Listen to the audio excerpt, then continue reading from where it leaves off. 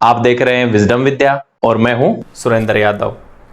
और आज हम जिस विषय के बारे में चर्चा करेंगे वह है कि जो हमारी सभ्यताएं हैं उनका विकास कैसे हुआ और वह कौन कौन से स्थान पर फली फूली। तो इनका जो आइडिया है एक ये बेसिक है कि हमें लगता कैसे है या इनका विकास कैसे हुआ होगा। तो आज मैं उन्हीं के संदर्भ में बात करूंगा। सबसे पहले चलते हैं हम भारतीय उपमहाद्वीप की ओर। आपको यहाँ पर नज़र आ रहा होगा और इसे हम जिस नाम से जानते हैं वह है क्या, भारतीय उपमहाद्वीप। क्या बोलेंगे इसको, भारतीय उपमहाद्वीप। ठीक है, भारतीय उपमहाद्वीप में केवल हम भारत देश को शामिल नहीं करते। यहाँ पर यदि देखा जाता है तो इसके अलावा भी मैंने कल इससे पिछले लेक्चर में भी बात की थी कि यहाँ पर जैसे हम बात करें पाकिस्तान है, यहाँ पर बात करेंगे तो अफ़गानिस्तान आएगा और यहाँ पर बात करेंगे तो ईरान आएगा। उसी प्रकार से ऊपर की ओर देखते हैं हम तो यहाँ पर नज़र आएगा हमें चाइना और यहाँ पर जो कंट्री है उसका नाम है नेपाल और यहाँ पर जो है उसका नाम है भूटान और यहाँ पर जो नज़र आएगी हमें उसे हम जानते हैं बांग्लादेश के नाम से और इधर वाली जो है उसे हम कहते हैं दोस्तों म्यांमार। एक और कंट्री बसती है जो भारत के निचले वाले हिस्से में, यहाँ पर मैं थोड़ा सा इंडिकेट कर देता हूँ और जिसे हम क्या कहते हैं, श्रीलंका कहते हैं।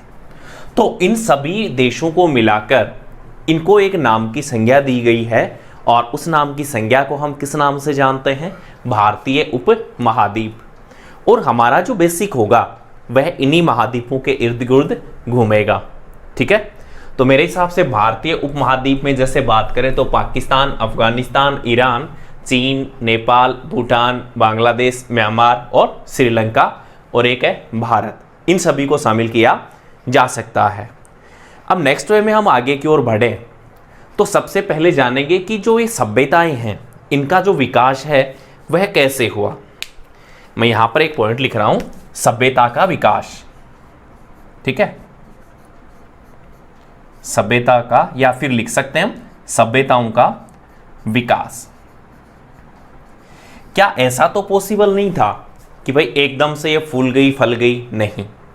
इनका भी जो क्या हुआ है कि क्रमिक विकास हुआ है और इनके भी जैसे आपस में जो लोग हैं इनका आपस में विचारों का आदान प्रदान हुआ है और उसी आधार पर क्या हुआ है, इन सभ्यताओं का विकास हुआ है। अब बोल रहे हैं कि आपके मन में विचार आ रही होगा कि इन सभ्यताओं का जो विकास है कहाँ पर हुआ होगा। तो सबसे पहले मैं यहाँ पर एक पॉइंट को लेकर बात करूँगा, नदियों के किनारे। इन सभ्यताओं का जो विकास हुआ है वह किनके किनारे हुआ है दोस्तों, नदियों के किनारे। अब आपके माइंड में एक विचार जरूर आ रहा होगा कि नदियों के किनारे ही क्यों हुआ। जब प्राचीन काल की बात करते हैं हम तब लोगों के पास में देखो धीरे धीरे है सभ्यताएं धीरे धीरे विकसित हुई, मानव समझने लगा तो वह ऐसे स्थानों की खोज करने लगा कि जो उनके जीवन यापन करने के लिए बहुत बेहतर जगह हो। अब पहले जैसे कुएं हैं, नलकूप है, इनका विकास नहीं हुआ। अब जब इनका विकास नहीं हुआ तो जो बोल सकते हैं कि मानव सभ्यता को पानी की ज़रूरत पड़ेगी। अब ये जो दैनिक जीवन में रोजाना काम में आने वाली चीज़ है तो वह क्या चाहेंगे कि हम जो है ऐसे स्थान की तलाश करें जो कैसे हो, नदियों के किनारे स्थित हो। और ऐसी ही सभ्यताओं का जो सभी सभ्यताएं हैं लगभग उनका जो विकास है नदियों के किनारे हुआ है। अब बोलेंगे कि सर कौन कौन सी हैं, हम विश्व की जैसे मिस्र की सभ्यता है उनके ऊपर नहीं जाएंगे, हम बात करेंगे भारतीय उपमहाद्वीप है उसमें जो सभ्यताएं हैं जिनमें मुख्यतया जो देशों की बात होगी हमारी, तो यहाँ पर एक तो पाकिस्तान नज़र आ रहा है और इधर जो भारत वाला पूरा पोर्शन है केवल हम इन्हीं को लेकर बात करेंगे। हाँ, कुछ जो पॉइंट हैं उनमें जैसे मिस्र की सभ्यता है, अफगानिस्तान की सभ्यता है, ठीक है, तो या फिर वहाँ पर जो उल्लेख मिले हैं हम उनकी भी चर्चा करेंगे। लेकिन हम सीधे शब्दों में जहाँ पर बात करेंगे कि इन नदियों का विकास जो है, सभ्यताओं का जो विकास है किसके किनारे हुआ है, नदियों के किनारे हुआ है। बोला सर कि कौन सी ऐसी नदियाँ हैं जिनके किनारे इनका विकास हुआ होगा। तो सबसे पहले देखो, जब हम भारत का हिमालय पढ़ते हैं ना, हिमालय, तो क्या होता है कि यहां पर एक बुर्ज है, या फिर बोल सकते हैं इसको जो बूंजी है ना, बूंजी गार्ज, या फिर इसको बोल सकते हैं हम सिंधु गार्ज। ठीक है, मैं यहां पर नाम दे रहा हूं सिंधु गार्ज। सिंधु नदी पर होने के कारण इसको सिंधु गार्ज कहा जाता है। और आपको पता है कि सिंधु नदी यहां से निकलकर कुछ ऐसे बहती है और इस पर ये सिंधु गार्ज या बूंजी गार्ज जो है ये स्थित है, और ये श्रृंखला या ये नदी आगे जाकर जो है अरब सागर में गिर जाती है, अरब सागर में गिर जाती है। अब ये सिंधु गार्ज जो है यहां से क्या होता है कि इसके पास से क्या है कि हिमालय की एक श्रृंखला निकलती है जो किस ओर आती है, मैं ऊपर से बना देता हूं यहां से। ठीक है, यहां से बना देता हूं। ये क्या है, एक पर्वत श्रेणी है, ये मान सकते हैं ना। और इस पर्वत श्रेणी को जिस नाम से जाना जाता है उसका नाम जो है मैं यहां पर लिखता हूं। जैसे इसको यहां पर कहा जाता है सुलेमान पर्वत। क्या कहा जाता है, सुलेमान पर्वत। और इस साइड में इसको कहा जाता है किरथर पर्वत। ठीक है, तो सुलेमान और जो किरथर पर्वत है उसके पूर्व साइड में, यानी इसके इस साइड में पूर्व साइड की ओर आते हैं। तो यहां पर देखो, यहां पर यदि हम गौर करते हैं तो यहां पर हमें एक चीज नजर आती है, और यहां पर है मेघालय। मेघालय में यहां पर हमें 3 पहाड़ियां देखने को मिलती हैं, हम सभी जानते हैं, जिनका नाम गारो, खासी, जयंतिया है। जैसे इसका नाम हम ले सकते हैं गारो, इसको कह सकते हैं हम खासी, और इसको नाम दे सकते हैं हम जयंतिया। तो ये जो तीनों पहाड़ियां हैं कहां पर स्थित है, ये मेघालय में स्थित है। ठीक है, मेघालय का जो पठार है, या फिर इसे शिलोंग पठार के नाम से जाना जाता है। तो ये बोल सकते हैं कि इन सभ्यताओं का जो विकास है, यानी जो किरथर और सुलेमान पर्वत से लेकर पूर्व की ओर बात करें तो जो गारो पहाड़ी है, ये गारो पहाड़ी है, यहां तक है। ठीक है, गारो पहाड़ी तक है। अब आपके देखा जाए तो जैसे यहां पर जो सभ्यताएं हैं, जिनमें सबसे प्राचीन सभ्यता को लेकर बात करते हैं तो उनमें है एक नाम है जिसका नाम है सिंधु घाटी सभ्यता। सिंधु घाटी सभ्यता। अब इस सिंधु घाटी सभ्यता जो है इसकी हम बात करें तो लगभग 4700 वर्ष पुरानी है। क्या है, 4700 वर्ष पुरानी है। अर्थात इसको ये भी तो कह सकते हैं कि 2000 तो वैसे गए, या फिर इसको ओब्लिक लगा के हम लिख सकते हैं 20 माइनस कर दिए तो यहाँ पर क्या लिखेंगे 2700 BC। ये हमने पहले के लेक्चर में भी बात की थी कि जो ईसा पूर्व की जो सन है उसे हम कैसे इंडिकेट करते हैं। यहाँ पर ये बात हो गई। अब इधर देखो, सिंधु घाटी जो सभ्यता है केवल सिंधु नदी पर नहीं है, इसकी सहायक नदियां भी हैं कुछ। जैसे इसको नाम दे दिया हमने सिंधु। ठीक है, सिंधु के बाद में एक नदी है जिसका नाम है झेलम। ठीक है, झेलम के बाद में एक नदी है जिसका नाम है चिनाब। ठीक है, झेलम, एक नदी का नाम है चिनाब, एक है रावी, एक है व्यास, और एक है सतलज। तो ये मुख्यतया बोल सकते हैं कि ये पंचनद। चलो मैं यहां पर लिख देता हूं, देखो सिंधु, झेलम, चिनाब, रावी, व्यास और सतलज, इसे हम पंच नदियों का संगम कहते हैं। और इसी में जैसे पंजाब का जो नामकरण है इन्हीं 5 नदियों के कारण पड़ा है। तो इसके किनारे देखा जाए तो जैसे हम मोहनजोदड़ो की बात करते हैं, ठीक है, और भी जैसे बात करें तो हड़प्पा सभ्यता है, इनका जो विकास हुआ है। पर फिलहाल मैं आज है ना इन सभ्यताओं के बारे में बात नहीं करूंगा, मैं सिर्फ बात उतनी करूंगा कि इन सभ्यताएं जो हैं नदियों के किनारे ही क्यों विकसित हुई, उन सभी का रीजन मानते हुए हम यहाँ पर स्टडी कर रहे हैं। तो यहाँ पर देखने के बाद में एक नदी आपने यहाँ से भी देखी होगी, जैसे मैं दूसरे पेन से बना देता हूँ कि जैसे यहाँ से एक नदी निकलती है जिसका नाम है गंगा, और ये आगे जाकर इधर बांग्लादेश होती हुई गिर जाती है। और इसी की एक सहायक नदी है जिसका नाम है यमुना, और यमुना की सहायक नदी जैसे यहाँ से निकलती है जिसका नाम है चंबल। ठीक है, ये कौन सी हो जाएगी? ये हो जाएगी चंबल। ये हो जाएगी गंगा। एक नदी इधर से आती है, मैं रेड पेन से ब्लैक पेन से बना देता हूँ ताकि आपको याद रहे। और ये इस नदी का नाम हम दे सकते हैं ब्रह्मपुत्र। ठीक है, और ये भी आगे जाके किस में मिल जाती है? गंगा में मिल जाती है। उसी प्रकार से हम देखते हैं यहाँ पर देखो एक पर्वत श्रेणी है। मैं यहाँ पर भारतीय उपमहाद्वीप को मिटा रहा हूँ। यहाँ पर देखते हैं तो एक पर्वत श्रेणी है। ठीक है, मैं समझाने की दृष्टि से इसको सीधी ही बना रहा हूँ।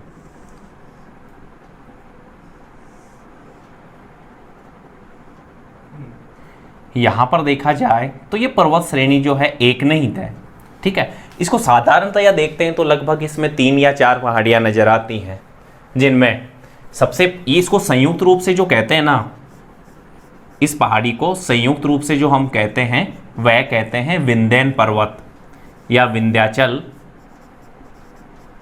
पर्वतमाला। विंध्याचल पर्वतमाला, इसकी जो पहली पहाड़ी है इसको हम जानते हैं विंध्य पर्वत के नाम से। दूसरी वाली जो है इसे हम जानते हैं भांडेर के नाम से, और तीसरी वाली जो है इसे हम कहते हैं कैमूर, और एक आगे चलकर जो और आती है जिसका नाम पार्श्वनाथ है, लेकिन फिलहाल हम यहाँ पर चर्चा नहीं करेंगे। ठीक है, और इसी के नीचे की ओर बात करते हैं। एक और आती है श्रृंखला जिसकी भी हमें चर्चा करनी पड़ेगी। जैसे मैं यहाँ पर भी, वैसे श्रृंखला एक ही है लेकिन मुख्य रूप से 3 पहाड़ियाँ हैं इसमें भी, और इस संपूर्ण श्रृंखला को जिस नाम से जाना जाता है, संपूर्ण की बात कर रहा हूँ मैं यहाँ पर, जिसमें 3 पहाड़ियाँ लिखी हुई हैं, और इस पर्वत श्रृंखला को हम जिस नाम से जानते हैं उसका नाम है सतपुड़ा। ठीक है, सतपुड़ा। और सतपुड़ा की जो पहली पहाड़ी है, जैसे हम बात करें राजपीपला। ठीक है, दूसरी पहाड़ी का नाम है महादेव, और तीसरी पहाड़ी का नाम है, जैसे राजपीपला हो गया, महादेव हो गया, और ये वाली है मैकाल। ठीक है, और इसी मैकाल से क्या होता है कि एक नदी का उद्गम होता है। यहाँ पर एक चोटी है और इस चोटी को नाम है अमरकंटक। क्या नाम है? अमरकंटक। यहाँ से एक नदी निकलती है और यहाँ जाकर गंगा में मिल जाती है, और इस नदी का नाम है सोन। ठीक है, तो यहाँ पर सोन नदी को लेकर बात करेंगे, और यहीं से एक नदी और निकलती है जिसका नाम क्या है मेरे दोस्त? नर्मदा। ये वाली नदी का नाम क्या रहेगा? नर्मदा। क्योंकि इन सभी नदियों के किनारे या इनके आजू बाजू में क्या हुआ है? सभ्यताओं का विकास हुआ है। और फिर नीचे की ओर आते हैं तो जैसे हम बात करेंगे यहाँ पर गोदावरी है। मैं सीधी सीधी नदियाँ ले रहा हूँ, नदियों का टॉपिक नहीं है हमारा। गोदावरी है, एक नदी है कृष्णा, और एक नदी है कावेरी। हालांकि भरत पूजा है और भी बहुत सी नदियाँ हैं, पेंग्यार है, वेंग्यार है ना, लेकिन फिलहाल हम उनकी चर्चा नहीं करेंगे। तो इन नदियों के आसपास और उनका जो बीच का भूभाग है, यहाँ पर सभ्यताओं का विकास हुआ है। एक नदी वैसे देखा जाए तो राजस्थान की भी बहुत फेमस नदी थी, हुआ करती थी, जिसका नाम क्या था दोस्तों? सरस्वती नदी। सरस्वती नदी। और इस सरस्वती नदी के किनारे हनुमानगढ़ में आपने जरूर सुना होगा कि कालीबंगा सभ्यता जो है, यहाँ पर ये सरस्वती नदी या फिर बोल सकते हैं घग्गर नदी के किनारे, ठीक है, और ये हनुमानगढ़ में है। अब ये जो सभ्यताएं हैं नदियों के किनारे विकसित क्यों हुई थी? क्योंकि यहाँ पर ये अपने जीवन यापन करने के लिए इन्हें ऐसे स्थान की तलाश थी कि जहाँ पर इनको सारे चीज़ों की आवश्यकताओं की पूर्ति हो जाए। अब देखो, सबसे पहले कि इनकी ऐसी क्या आवश्यकताएं रही होंगी, तो जैसे हम बात करें कृषि, तो कृषि तब तक नहीं की जा सकती जब तक कि उन्हें पानी की पूर्ति की आवश्यकता या पानी की पूर्ति नहीं हो। उस समय कुएं वगैरह थे नहीं, तो नदियों के आसपास वाले ऐसे क्षेत्र में वो रहा करते थे। जहाँ पर इनको पानी की पूर्ति हो, अर्थात वहाँ पर जो पेड़ पौधे थे जहाँ से फल हमें उन्हें प्राप्त हो सके, तो वे ऐसे ही स्थानों पर रहा करते थे। अब देखो कि कृषि का जो विकास है, जैसे यहाँ पर किरथर और जो सुलेमान पर्वत है, इसके बारे में हमने चर्चा की है। ये देखो किरथर है और इधर है सुलेमान और इधर ये सिंधु नदी है। तो इनका जो आसपास वाला एरिया है, इनका जो आसपास वाला एरिया है, यहाँ पर लगभग 8000 वर्ष पूर्व में, 8000 वर्ष पूर्व में यहाँ पर कौन सी फसल उगाई गई थी? गेहूं एवं जौ। तो ये भी बात हम कर सकते हैं कि भारतीय उपमहाद्वीप में सबसे पहले गेहूं की जो फसल और जौ की जो फसल ली गई थी, वह किसके कहाँ पर ली गई थी? यानी ये बोल सकते हैं कि वर्तमान पाकिस्तान में जो किरथर और सुलेमान पर्वत है, उसके आसपास वाले एरिया में। और इसी के साथ में ये भी साक्ष्य मिला है यहाँ पर कि ये जो गेहूं और जौ हैं, इनको संयुक्त रूप से, इनको क्या बोलेंगे हम? संयुक्त रूप से पुरुष और महिलाओं ने उपजाया है। पुरुष एवं महिलाओं ने उपजाया है, इसकी जानकारी भी हमें मिलती है। अब दूसरे पॉइंट की ओर बढ़ें तो यहां पर देखो हमें नजर आ रहा है विंध्याचल पर्वतमाला। ये विंध्याचल पर्वतमाला है ना, जिसमें विंध्य, भांडेर, कैमूर, ये फिलहाल हमें ध्यान में नहीं रखना। ये इसको संपूर्ण को नाम हम क्या दे रहे हैं? विंध्याचल पर्वतमाला। और विंध्याचल पर्वतमाला के जो उत्तर वाला भाग है, ये वाला पूरा पार्ट, ठीक है, ये वाला पूरा पार्ट जो आ रहा है नजर, यहां पर सबसे पहले जो फसल उपजाई गई उसका नाम क्या है? चावल। याद रहेगा कि यहां पर तो विंध्याचल पर्वतमाला के उत्तर की ओर बात करेंगे तो चावल उपजाया गया है, और इधर लगभग 8000 साल पहले गेहूं एवं जौ को पुरुष एवं महिलाओं ने संयुक्त रूप से उपजाया है। ये बात भी आपको ध्यान में रही होगी, ठीक है। अब इसके बाद में हम आगे की ओर बढ़ते हैं तो यहाँ पर देखो, यहाँ पर गेहूं एवं जौ इन्होंने उपजा लिया। अब गेहूं और जौ जैसे ही उपज गया तो खाने के लिए तो उन्होंने गेहूं रख लिए। क्या रखे? खाने के लिए गेहूं रखे। अब बाकी का जो गेहूं के साथ में जो चारा नजर आ रहा है हमें, या हमारे पास चारा उत्पन्न होता है गेहूं के साथ में, वो उसका क्या करें? तो इसके लिए देखो यहाँ पर इन्होंने इनके साथ में ही दोस्तों क्या शुरू कर दिया? पशुपालन शुरू कर दिया, ठीक है, पशुपालन शुरू कर दिया। अब इस पशुपालन में यदि हम देखें कि पशुपालन में से कौन से पशु होंगे जिनका इन्होंने पशुपालन करना शुरू किया, तो जैसे हम बात करें तो बकरी है, ठीक है। बकरी के बाद में यहां पर बैल को ले सकते हैं, ठीक है। एक ले तो हम गाय को भी ले सकते हैं। तो इस प्रकार से यदि देखा जाए ना, ठीक है, तो देखो भेड़ हो गई, बकरी हो गई। अच्छा, भेड़ नहीं लिखा हमने, चलो कोई बात नहीं, मैं एक भेड़ और इंगित कर देता हूं। तो ये सभी को इन्होंने पालन करना या फिर इसका पशुपालन करना शुरू कर दिया, अर्थात मैं ये बोल सकता हूं पालतू पशु। पालतू पशु के रूप में मुख्यतः जो थे बकरी थी, बैल था, गाय थी एवं भेड़ थी। इनका जो उपयोग है ये आने जाने, खेत जोतने और साथ में ही बोझा उठाने आदि के लिए भी किया करते थे। यहाँ तक मैं जानता हूँ तो सभी के मेरे हिसाब से ये जो डायग्राम जो मैंने बताया है या समझाया है, ये मेरे हिसाब से आप लोगों के क्लियर होगा, ठीक है। यानी इन भारतीय सभ्यता जो भारतीय उपमहाद्वीप की सभ्यता है, उनका विकास यदि हम देखें कि उत्तर पश्चिम में जो किरथर और सुलेमान पर्वत है वहाँ तक है, और इस साइड में बात करें उत्तर पूर्व की ओर तो ये गारो जो पहाड़ी है मेघालय वाली वर्तमान में, यहाँ तक है। अब यहीं पर देखो हमने एक सोन नदी बनाया है। सोन नदी, ये जो सोन नदी है गंगा नदी की सहायक नदी है, और इस गंगा नदी के दक्षिण में यहाँ पर एक साम्राज्य हुआ करता था, प्राचीन साम्राज्य, और ये सबसे बड़ा हुआ करता था जो कि वर्तमान बिहार में है, और इसका नाम क्या है? मगध, ठीक है, मगध। और जब 16 महाजनपद हम पढ़ते हैं तो उनमें सबसे शक्तिशाली जो साम्राज्य था वह मगध साम्राज्य ही हुआ करता था, जो वर्तमान बिहार में है। और गंगा नदी के दक्षिण में जो सोन नदी है, इसके आसपास वाला जो एरिया है यहाँ पर हुआ करता था। और इनके अलावा और भी जो राजवंश है उनकी भी जानकारी हमें इन्हीं के माध्यम से मिलती है। यहाँ तक मेरे हिसाब से आपको एक दूसरे की जो बातें थी वह क्लियर रही होंगी। अब इसके अलावा मैं यहाँ पर बात करूँ, हमारा मेन पॉइंट चल रहा था सभ्यताओं का विकास, कि सर इन सभ्यताओं का विकास कैसे हुआ। ठीक है, अब देखो ये जो आपने देखा है पूरी चीज़ें, यहाँ पर अफगानिस्तान, ईरान, चीन, म्यांमार। अब देखो क्या होता था प्राचीन काल में कि लोग आपस में आया करते थे। लोग क्या करते थे, आया करते थे। मैं यहाँ पर थोड़ा सा साफ कर रहा हूँ, स्क्रीनशॉट लेना हो तो आप ले सकते हो ना। ओके, अब यहाँ पर हमें देखना है कि इन सभ्यताओं का जो विकास है वह किस प्रकार से हुआ है। ये सभ्यताएं इतनी जल्दी महानगरों के रूप में कैसे परिवर्तित हुई और लोग इतने जल्दी सभ्य कैसे हुए, तो उन सभी के ऊपर देखते हुए हम चर्चा करेंगे यहाँ पर। अब देखो आगे की ओर,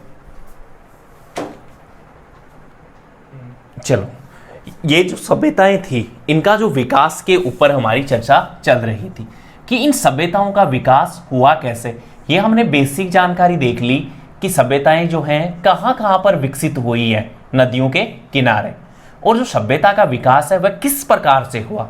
तो इनके पीछे रीजन देखो सबसे पहले कि क्या रीजन रहा होगा।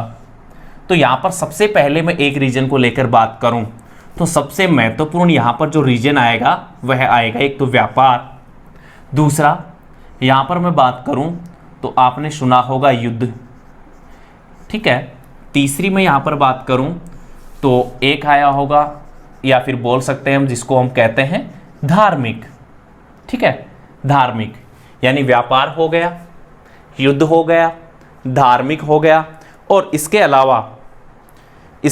अलावा जो अन्य भी कई कारण थे जिनके कारण इन सभ्यताओं का विकास हुआ। अब आपके मन में विचार आ रहा होगा कि इनसे सभ्यताओं का विकास कैसे हुआ। जैसे व्यापार, मान लिया किसी दूसरे देश का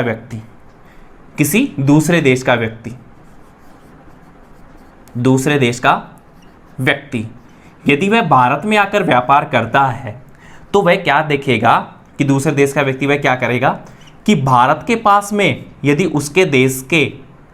उसके देश के अलावा कोई टेक्नोलॉजी या अन्य कोई ऐसी व्यवस्था चल रही है जो कि उस देश में नहीं है या उस देश से भिन्न है, तथा उस देश की व्यवस्था जो है इस देश से पिछड़ी हुई है, तो वह ऐसी सभ्यताओं को अपनाया करते थे। दूसरे देश के व्यक्ति या तो भारत में आ सकते हैं या फिर भारत के भी तो दूसरे देश में जा सकते हैं, या फिर मान लिया विदेश। ठीक है, या विदेशी आए या फिर भारत वाले विदेश में गए, ये मान सकते हैं। तो इन दोनों के मध्य दोस्तों क्या होगा, इनके विचारों का आदान प्रदान होगा कि नहीं। विचारों का आदान प्रदान होगा। अब विचारों का आदान प्रदान होगा तो इन दोनों के मध्य विचारों के साथ में हम ये भी तो कह सकते हैं कि सर सभ्यताओं का आदान प्रदान भी होगा। लोग एक दूसरे से जो चीज़ें हैं वह चीज़ें सीखेंगे कि हम इतने विकसित हो रहे हैं, आप इस क्षेत्र में इतने पीछे हो, और ये जो यानी कि ये दूसरा क्षेत्र है इसमें हम इतने पीछे हैं और आप हमसे इतने आगे हो। तो यानी कि टेक्नोलॉजी का एक दूसरे में आदान प्रदान हुआ। जैसे बात करें तब युद्ध की बात करें दूसरी ओर पर, देखो इनसे जुड़े हुए लिंक बनाएंगे हम। अभी यहाँ पर युद्ध को लेकर मैं बात करूँ तो युद्ध में देखो राजा महाराजा और प्लस में सैनिक आया करते थे, और युद्ध जीत लिया तो उस क्षेत्र में ये लोग क्या किया करते थे, शासन किया करते थे। और ये जब शासन करेंगे तो यहाँ की संस्कृति उनको जो अच्छी लगेगी उसको अपनाएंगे, जो खराब लगेगी उसको क्या करते थे वो लोग, उसको हटाकर अपनी जो संस्कृति अच्छी थी उसको यहाँ पर लागू कर देते थे। यानी अच्छी संस्कृति को लागू करना, अच्छी संस्कृति को लागू करना। ठीक है, ये बात मैं बोल सकता हूं कि अच्छी संस्कृति को लागू करना जो कि उनके उपयोग के लिए ठीक हो। दूसरी बात यहां पर देखो धार्मिक को लेकर यदि हम बात करें तो कोई विदेशी जो धार्मिक है वह भारत में आकर अपने धर्म का या फिर शिक्षा का प्रचार कर रहा है, शिक्षा एवं धर्म का प्रचार कर रहा है, तो वह क्या करेगा कि वहां की जो उसकी जो अच्छी संस्कृति है, प्रचार के दौरान वह क्या करता है, कोई भी व्यक्ति जो अच्छी संस्कृति है या फिर उसके जो अच्छे कार्य हैं उनको वह क्या करेगा कि यहाँ के लोगों को बताएगा। जिससे क्या होगा कि यहाँ के लोग भी शिक्षित हैं, शिक्षित होने के प्रयास करेंगे और उसकी संस्कृति को अपनाने का प्रयास करेंगे। तो इन आधार पर दोस्तों क्या हुआ कि इन सभ्यताओं का जो आपस में है क्या हुआ, आदान प्रदान हुआ, आदान प्रदान हुआ। अब बोला कि सर आदान प्रदान में ऐसे क्या था कि जिनसे आदान प्रदान हुआ और सभ्यताएं जो हैं विकसित हुई। तो उनमें यदि हम देखें तो यहां पर आपको नजर आ रहा होगा आदान प्रदान। तो इनमें देखो, जैसे मैं बात करूं यहां पर पत्थर तराशने का कार्य, पत्थर तराशने का कार्य। अब बोला सर पत्थर तराशने से क्या होगा, तो पत्थर तराशने से देखो धीरे धीरे जो हल है उसका विकास हुआ और जमीन जोतने के लिए जो पत्थर का जो पैना मुंह है उसको काम में लिया जाने लगा और इन्हीं पत्थरों को तराश तराश कर औजारों के रूप में काम में लिया जाने लगा। इन्हीं पत्थरों को तराश तराश के जो मकान है या जैसे फिर कच्ची मिट्टी है उनको काम में लिया जाने लगा। तो ये जो आधार है मेन रूप से एक तो हो गया हमारा पत्थर तराशने का काम, और उसी प्रकार से हम दूसरे को लेकर बात करें तो दूसरे में हमें नजर आएगा क्या कि जैसे संगीत को लेकर बात करें हम, यहाँ पर दूसरा पॉइंट क्या नजर आएगा हमें, जैसे संगीत, यानी संगीत के माध्यम से एक दूसरी जो सभ्यताएं थी उनको जोड़ने का प्रयास किया गया। उसी प्रकार से जो भोजन बनाने की कलाएं हैं, पका हुआ भोजन मान लिया या भोजन बनाने की जो अन्य कलाएं हैं उनका भी आदान प्रदान हुआ। और इसी के साथ में यदि हम बात करें यहाँ पर तो क्या हुआ कि जो नई नई तकनीकें हैं आदान प्रदान के दौरान, तकनीक नई, ठीक है, या फिर बोल सकते हैं वर्तमान में बोले तो टेक्नोलॉजी है ना, वर्तमान में हम जिस वर्ड का प्रयोग करते हैं टेक्नोलॉजी, तो टेक्नोलॉजी का जो आदान प्रदान है वह भी दोस्तों हुआ इनके मध्य। तो इस आधार पर क्या हुआ, इन सभ्यताओं का धीरे धीरे विकास हुआ। और ये सभ्यताएं किसमें चेंजेज हुई धीरे धीरे, यही सभ्यताएं धीरे धीरे नगरीय सभ्यता बोल सकते हैं, नगरीय सभ्यता में इनका क्या हुआ, चेंजेज हुआ और ये सभ्यताएं अपने विकास के चरम स्तर पर पहुंची। जैसा कि हमें इनका उल्लेख मिलता है कि जो प्राचीन, जब भी हम किसी अवशेषों को देखते हैं, वहाँ की संस्कृति को देखते हैं तो इनके बारे में हमें दोस्तों पता चलता है। और यहाँ पर देखा जाए तो ये लोग जब आते थे, मान लिया कोई मिस्र का लोग, या फिर मैं यहाँ पर चलो इंडिकेट कर देता हूँ, कोई मिस्र का व्यक्ति है या फिर ईरान का व्यक्ति है, तो वह भारत आ रहा है। कहाँ आ रहा है, भारत आ रहा है, तो उसका रास्ता पहले की अब की तरह थोड़ी है कि हम बैठे एरोप्लेन में और चले गए। पहले जो लोग आया करते थे या तो घोड़ों पे बैठ के आया करते थे या फिर जैसे पैदल आया करते थे या जहाजों के माध्यम से आए, तो कुछ ऐसी व्यवस्थाएं थी। तो भारत आने के लिए उन्हें जिन जिन समस्याओं का सामना करना पड़ा, जैसे मैं बात करूं, पर्वतों को उनको पार करना पड़ा होगा, नदियों को उनको पार करना पड़ा होगा, ठीक है, नदियों के अलावा मैं बात करूं तो यहाँ पर जंगलों को भी उन्होंने पार किया होगा, ठीक है, और उन्होंने मरुस्थल को भी पार किया होगा। अब इन सबको जब उन्होंने पार किया तो कुछ उनके सामने कठिनाइयां भी आई होंगी कि पर्वतों में पार करते हैं तो कैसी कठिनाई आई है, नदियों को पार करेंगे तो कैसी कठिनाइयां आई हैं। तो इन सब का उन्होंने निराकरण करने का प्रयास भी किया होगा और इसी निराकरण के दौरान उन्हें कुछ नया सीखने को भी मिला होगा, तथा वह जब भारत में आए तो इनके बारे में, अपनी जो समस्याएं थी उनके बारे में उन्होंने बताया होगा। तो इससे भी क्या होता था कि इन सभ्यताओं का आदान प्रदान हुआ करता था। यहां तक मेरे हिसाब से आपको एक एक पॉइंट क्लियर होगा। अब नेक्स्ट बात पे हम चर्चा करते हैं कि बोला कि सर ये तो हो गया, चलो ठीक है, लेकिन इसके अलावा भी तो कुछ ऐसी बातें होंगी। मान लिया यहां पर जो मिस्र या ईरान है, यहां पर अकाल पड़ गया, पीने को पानी नहीं रहा, तो ये लोग कहाँ जाएंगे। जैसे मान लिया ये लोग इनके या फिर प्राकृतिक आपदा या अकाल, प्राकृतिक आपदा ही बोल सकते हैं, इसके दौरान ये क्या करे कि इनका ये चलकर कहाँ आ गए, भारत में आ गए। इनके पास में अपनी सभ्यता तो थी, और ये मैं पर्टिकुलर किसी की बात नहीं कर रहा हूँ, ये ऐसा आदान प्रदान हुआ करता था प्राचीन समय में कि एक स्थान से दूसरे स्थान पर लोग आया जाया करते थे। तो यहाँ की जानकारी उठकर कहाँ आ गई, भारत में, या फिर भारत में अकाल पड़ा हो तो यहाँ के लोग कहाँ गए होंगे, यहाँ पर। तो अपने साथ अपने यहाँ की जानकारी तो है इनके पास में, और यहाँ की जो एडवांस और टेक्नोलॉजी है उनको भी इन्होंने अपना लिया होगा।